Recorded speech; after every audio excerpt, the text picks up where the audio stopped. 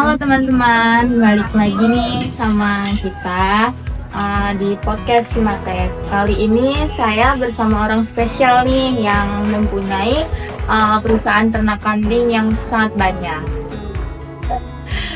Mungkin sebelumnya di sini kita mau kenalan dulu nih Pak sama bapaknya. Nama bapaknya siapa nih Pak? Saya Endrian, Muhammad Endrian Rulia. Kalau nama itu ya.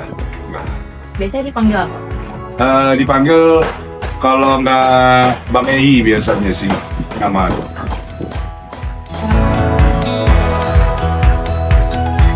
Awalnya itu 2013, tapi saya di Sapi ya. Di Sapi mencoba dengan indukan sapi 4-5 ekor. Kita coba di situ, habis itu berjalan. 2019 saya coba di kambing. Nah, sekarang saya buka kambing kayak gini, peternakan Adrian Boulevard yang berada di Fajar Baru, Lampung Selatan. Itu 2009. Awalnya sih karena banyak permintaan untuk Hari Raya Kurban. Nah, itu awalnya gitu loh. Dari situ kita berkembang mencari spesies kambing itu yang masuk pedaging, kambing-kambing pedaging apa, dapatlah saya menemukan itu kambing pur gitu.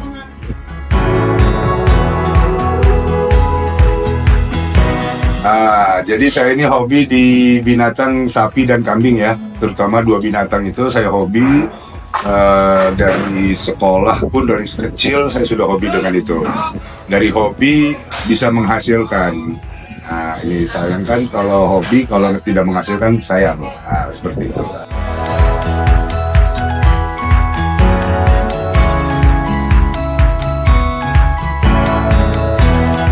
Kalau boleh tahu kenapa nih Pak? Apa pilihnya ternak kambing gitu Pak? Ya, tadi itu ya kata saya, bangsa pasar saya awalnya itu saya dari kurban. Untuk hari raya kurban itu yang dibutuhkan kan kambing dan sapi ya. Nah, disitulah awalnya, makanya bangsa pasarnya saya mau berternak kambing karena untuk hari raya kurban. Dan untuk Indonesia sendiri sampai saat ini belum bisa sembada daging, terutama sapi dan kambing.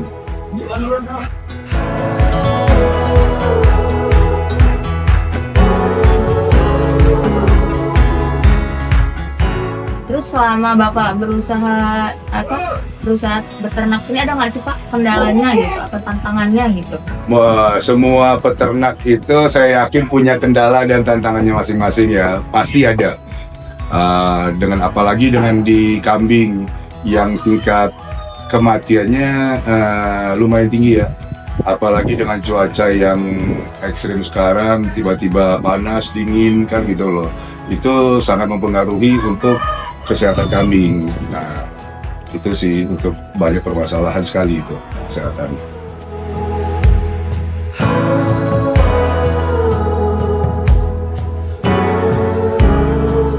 Ya, manajemen kandang itu sangat penting, sangat penting. Terus dari pola pakan.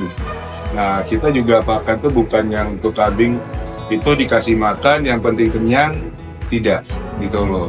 Jadi ya kita harus juga lihat ya kebutuhan dari binatang itu, kambing dan sapi ya, terutama kambing dan sapi, kebutuhan dari protein dia, karbohidrat dia, lemaknya dan yang lainnya itu harus kita bisa cukupi. Kalau dia tidak bisa mencukupi ya perkembangannya ya seperti standar aja ya, biasa, yang penting dia makan bisa kenyang ya nggak itu gitu loh. Jadi ya harus semuanya sesuai ya Pak? Ya harus semuanya sesuai.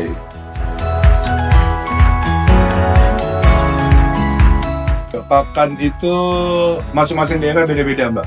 Maksudnya gini, kita untuk Lampung ya, kita bicara untuk Lampung. Lampung kalau ngomong nyari onggok, daun singkong mudah ya gitu loh, banyak gitu ya. Tetapi kan daerah lain belum tentu sama. Jadi kalau kami di EB Farm ini kita pakai onggok, pakai daun singkong, kita ada polar, adukan pakannya, kita ada bukil sawit apa kopra, kita ada vitamin, dan kita punya sentrat, campur sentrat. Jadi komposisinya itu ada tersendiri. Ada komposisi berapa persen onggok, berapa persen daun singkong, berapa persen bungkil, sentrat. Nah, yang lainnya itu ada komposisinya. Jadi dibagi nanti kita minimal dapat protein itu 15 sampai 16% untuk kambing. Jadi kambing ini diberikan pakan fit ya Pak? Yes, betul. Jadi dia tetap nggak kita hilangkan untuk rumput-rumputannya, hijauannya ya. Dapat kita dari daun singkong cacah. Kalau kasih pakan itu maksimal 10% dari berat badannya. Jadi kalau berat badannya 50 kilo, jadi 10%-nya 5 kilo untuk satu hari. Tinggal dibagi minimal 8 sampai 10 kilo, sampai 10%, 8-10%. Jadi tergantung dengan bobot badannya masing-masing. Gitu. Berarti diperkirakan gitu? Iya, diperkirakan. Jadi nggak asal kasih? Nggak, jadi kebutuhan dia pakan itu 8 sampai 10% dari berat badan ya, kebutuhan pakannya kambing.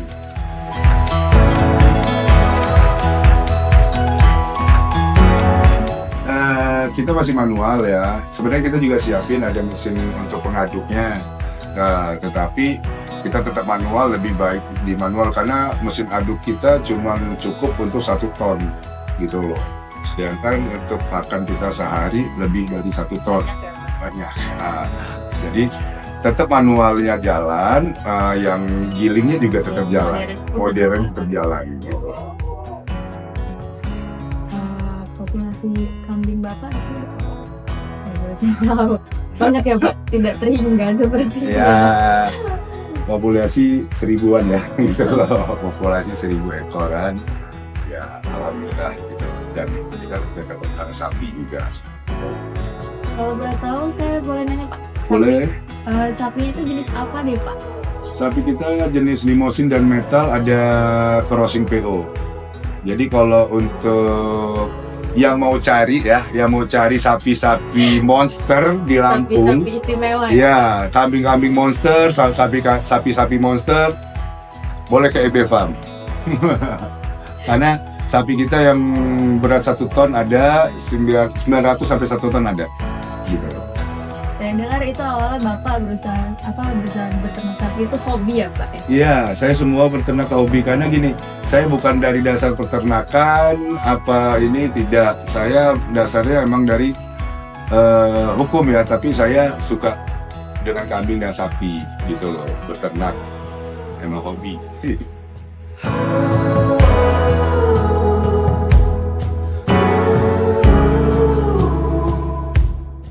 Untuk kambing ya Mbak ya. Kalau untuk kambing itu emang kita selalu kandang panggung. Kenapa? Karena kalau dia dibawa, uap dingin itu naik ke atas itu yang akan beresiko. Itu nanti juga terjadi bisa kembung. Nah, kesehatan kambing kurang baik. Amoniak dia campur jadi satu, itu kurang baik.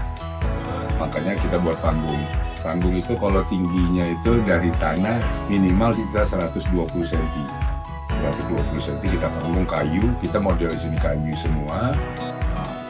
Terus untuk ukuran kandangnya sendiri, kalau untuk koloni, yang koloni itu yang kata saya tadi 1 jantan dan 10-15 ekor ya, betina itu 4x6. Kurang lebih hampir sama ukurannya 4x6, tapi kalau sudah dia posisi hamil kita keluarkan, itu akan kita masukkan dalam kandang satu. Untuk 1 ekor itu ukuran 120 kali 130 sampai 140 cm. Berarti nggak jauh beda ya Pak ya ukurannya?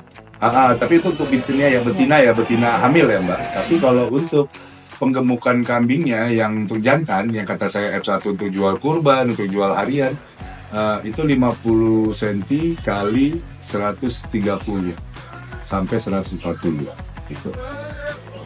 Seperti itu ukurannya. Saya mau tanya nih Pak, kenapa sih Pak rata-rata peternak atau pengusaha kambing nih memilih kandang yang atapnya itu asbes gitu ya? Harganya lebih murah. Kenapa milih itu? Karena harganya lebih murah sih kalau saya bicara. Harganya lebih murah dan dia lebih awet. Kenapa? Kalau pakai rangka baja satu juga bermasalah dengan panas. Ya, panasnya karena itu walaupun aluminium, tapi kan tetap panas akan bermasalah. Terus kalau kita pakai genteng, genteng harga sekarang terlalu tinggi. Kita banyak pakai materialnya. Karena kita pakai asbes itulah, karena harga.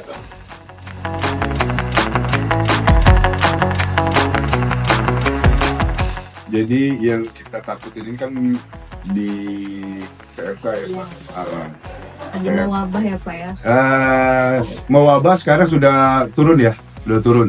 Tapi di awal tahun apa di Desember tahun kemarin sampai awal tahun PMK lumayan tinggi. Dan untuk Lampung sekarang sih sudah lampu hijau ya kayaknya, sudah lampu hijau, udah bebas PMK. Kita dapat bantuan dari pemerintah, dari Pak Menteri Pertanian. Nah, kemarin berapa ribu dosis ya, 40.000 dosis ya kalau nggak salah, sudah kita atasi PMK. Terus kalau untuk yang kita takutin peternak kambing ini di kembung, Mbak. Kembung, itu yang tadi saya bicarakan, ada musim panas dan dingin itu. Tadi pagi kita sama-sama tahu panas. Nih contoh hari ini nih, Lampung panas. Tiba-tiba masukin waktu sore hari, udah mendung dan hujan. Nah itu untuk kami agak sedikit riskan kembungnya ya gitu loh. Dan kembung juga bukan karena itu, tapi juga karena dari pola makannya. Pola makannya maksudnya kalau daun singkong itu kita fermentasi, resikonya sangat tinggi untuk kembung dan keracunan. Pengaruh ya Pak ya di daya cernanya gitu Pak? Iya, tidak daya cerna, tetapi untuk karena gasnya daun singkong itu masih tinggi. Nah, gitu loh. Karena belum diolah tadi. Ya, belum difermentasi, belum diendapkan untuk sampai 2 hari lah minimal. Saya sampai saat ini masih bukan belum menemukan 50-50 Mbak. Kejadian kembung ini 50% saya bisa ngomong itu tidak selamat dan 50% selamat. Banyak caranya, ada ya teman-teman dikasih obat kembung memang ada, terus ada yang perutnya di sebelah kiri ditusuk dengan jarum supaya anginnya keluar, ada ada juga dari anusnya ya, dari anusnya dikasih apa namanya gelombang bukan pisang tapi pepaya. Nah, terus ada yang dikasih tolak angin minyak kayu putih ada. Resikonya tapi masih saya bicara 50%, 50-50. Jadi kita belum selamat. pasti ya. Ya, karena gini, karena kembung itu cuman saya bicara 2 jam bisa mati. Gitu. Tergantung penanganan ya. Nah, berisiko berarti ya Pak? Ya, resikonya tinggi di situ kalau beternak kambing ya sapi.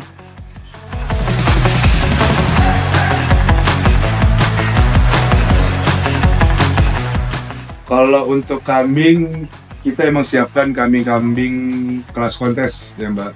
Kambing-kambing kelas kontes, mungkin nanti ada lihat itu tempat-tempat kandang ada 5 kandang, itu kambing kontes kita. Itu sudah ada juara 1, juara 2, ada juara ini ya, itu ada semua itu. Kelas-kelas dengan bobot yang di atas 120 kilo. Sapi juga begitu Pak? Begitu juga dengan sapi, kebetulan kemarin baru bulan November 2024 Lampung ada yang kontes di Lampung Tengah, kebetulan dari APPSI Lampung mengadakan kontes dan EBFAM ada juga sapi yang berjuara, ada juara 3, itu ada kelas baby. Biasanya kalau kontes tuh ada nggak sih Pak yang buat dilelang atau apa gitu Pak? Ada, jadi pas waktu di kontes ada segi penawaran pasti ada Pak. Ada penawaran kemarin harga tertinggi terjual di 250 juta. Itu bobot berapa Pak? Kalau nggak salah ya 1,1 sekian, 1 ton 1,1 sekian dan dibeli sama gubernur kita. Oh, gubernur sekarang? Iya, gubernur kita dibeli sama gubernur langsung.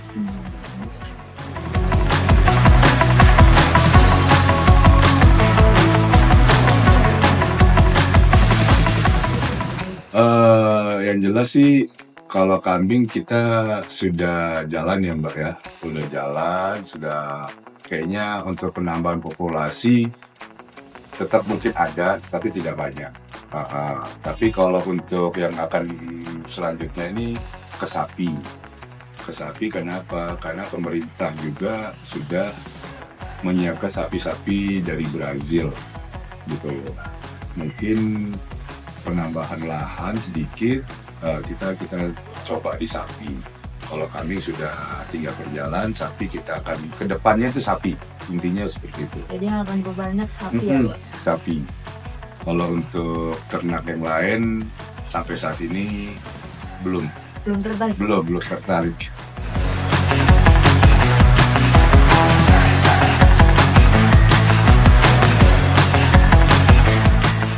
Kalau saya bicara namanya kita beternak itu semua menguntungkan, Mbak. Tetapi kan hobi dulu ya. Saya ini hobi dulu baru saya kerjakan gitu loh. Seperti itu mungkin karena hobinya saya dua binatang ini, ya saya itu dulu saya kerjakan. Apa sih Pak permasalahan Bapak yang Bapak alami selama beternak kambing? Ya, beternak kambing ini untuk saat ini ya, sekarang ini peternak mungkin bukan saya sendiri. Hampir semua peternak se-Indonesia, khususnya juga Lampung, lagi agak sedikit sakit. Maksudnya sakit, kita bisa produksi, tetapi untuk jual itu sulit. Kalaupun bisa jual, harganya sangat-sangat nggak masuk ya gitu, hitungan dari pola dari makan, dari biaya dia semua, kesehatan itu kadang-kadang gitu loh. Untuk mencukupi standarnya aja, pasnya aja itu tidak, balik modal pun kadang-kadang susah. Makanya hampir ada banyak yang gulung tikar lah begitu.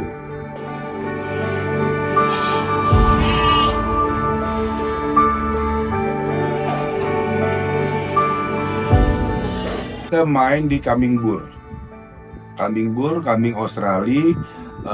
Jadi saya impor dari Australia masuk ke Indonesia. Ada yang saya ternak dengan sama-sama bur dari Australia, jantan dan betinanya, menjadikan hasil bur yang FB original, masih darah asli ada, dan ada juga yang saya kawinkan sama kambing lokal. Jantannya impor, jantannya bur full blood impor Australia dikawinkan sama kambing lokal seperti Jawa Randu, seperti kambing PE dan yang lainnya. Nah, itu menghasilkan kambing F1. Menghasilkan kambing F1 ini ya kita berharap dapat badan bapaknya yang besar dengan pedaging yang baik gitu loh. Seperti itu. Jadi dengan pola makan yang sama itu bisa menghasilkan dagingnya yang lebih maksimal, lebih cepat gitu loh. Terus kalau di sini sistem kawinnya IB atau masih alami Pak? Kita bukan IB untuk kambing, kita bukan IB, kita alami. Jadi kita koloni, mungkin ukurannya 4x6. Kita koloni dengan satu pejantan full blood, betina 10 sampai 15 ekor. Nah, itu nanti kita cek rutin di 40 hari kemudian, sebulan lebih kita cek, kita WSG apakah jadi apa tidak dalam kandungannya. Kalau emang sudah dia posisi hamil, itu akan kita singkirkan, pisahkan gitu. Ada nggak sih Pak kriteria Bapak yang Bapak terapkan untuk melakukan penjualan kambing dalam bobot tertentu gitu? Jadi khususnya kambing bur yang F1, yang kata saya tadi silangan dari jantannya full blood, betinanya Jawa Randu, apa kambing lokal yang lain, itu saya tetap sistem timbang untuk jantan. Untuk jantan tetap timbang, kita jual timbang. Ada berapa beratnya itu yang dibayar ya sama konsumen. Berarti ini ya Pak, penjualannya tuh tergantung timbangannya, betul, harganya. Betul, tergantung timbangan, nanti kita tinggal kalinya dengan harga per kilonya berapa.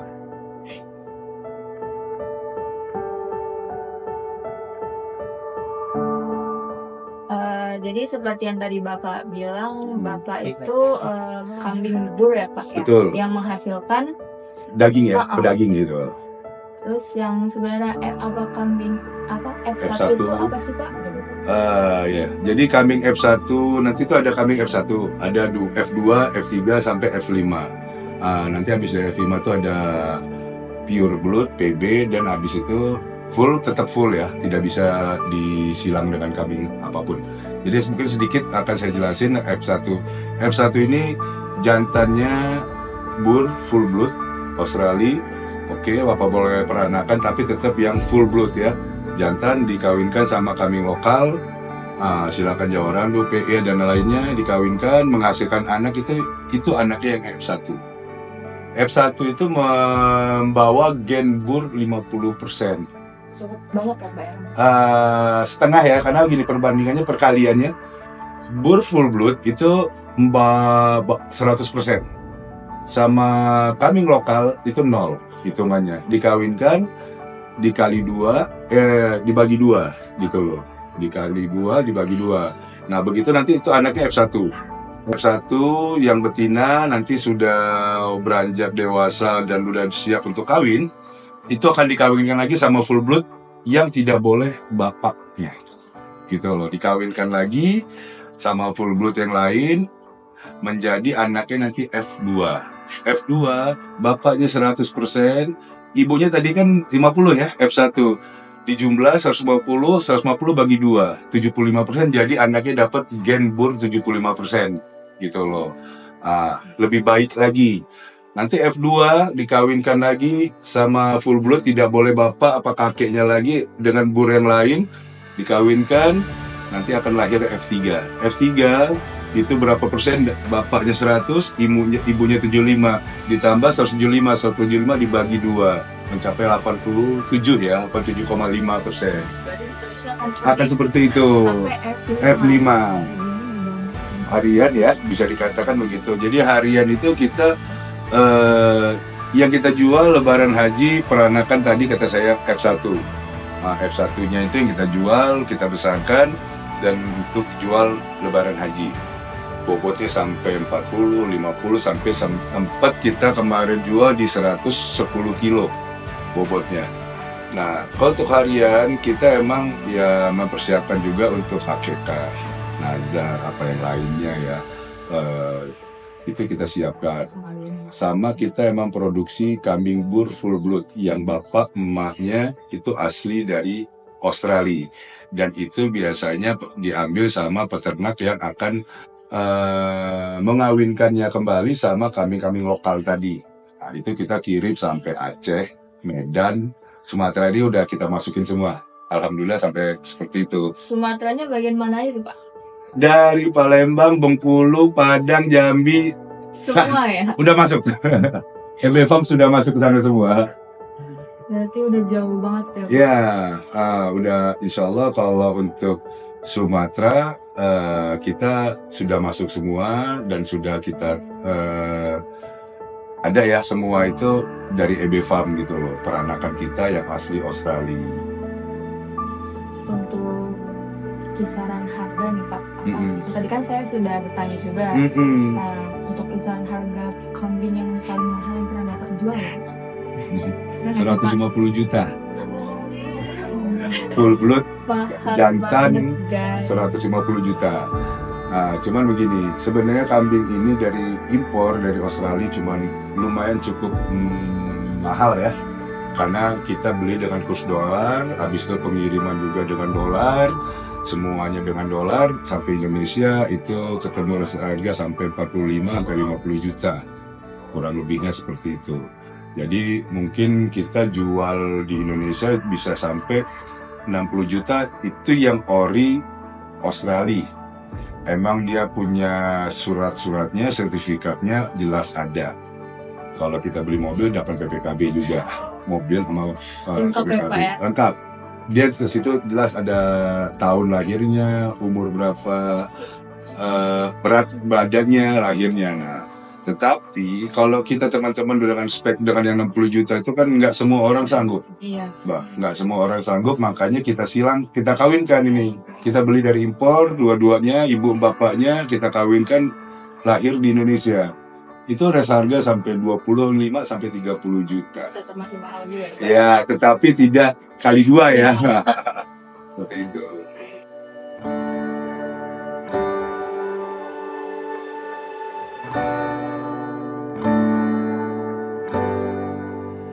Kotorannya kita kelola jadi pupuk.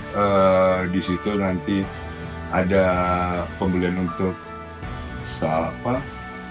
tanaman ya, tanaman sama biasanya yang pakai itu kebun sawit yang banyak pakai gitu loh, sama untuk sayur-sayuran. Nah itu biasa.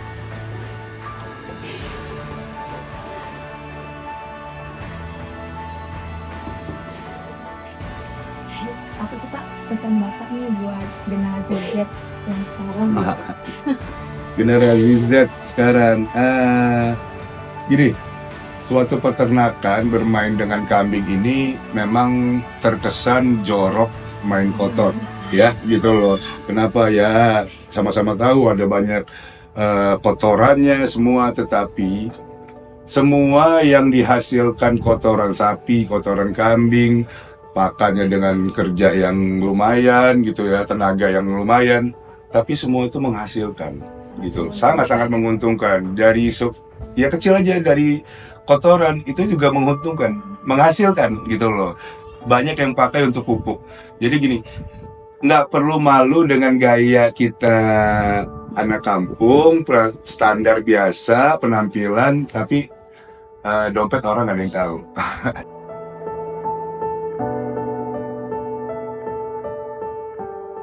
Oke, kali ini saya sudah melakukan podcast dengan Bapak Edrian. Mungkin itu saja. Sampai jumpa di podcast Simarpet selanjutnya. Dadah, Pak.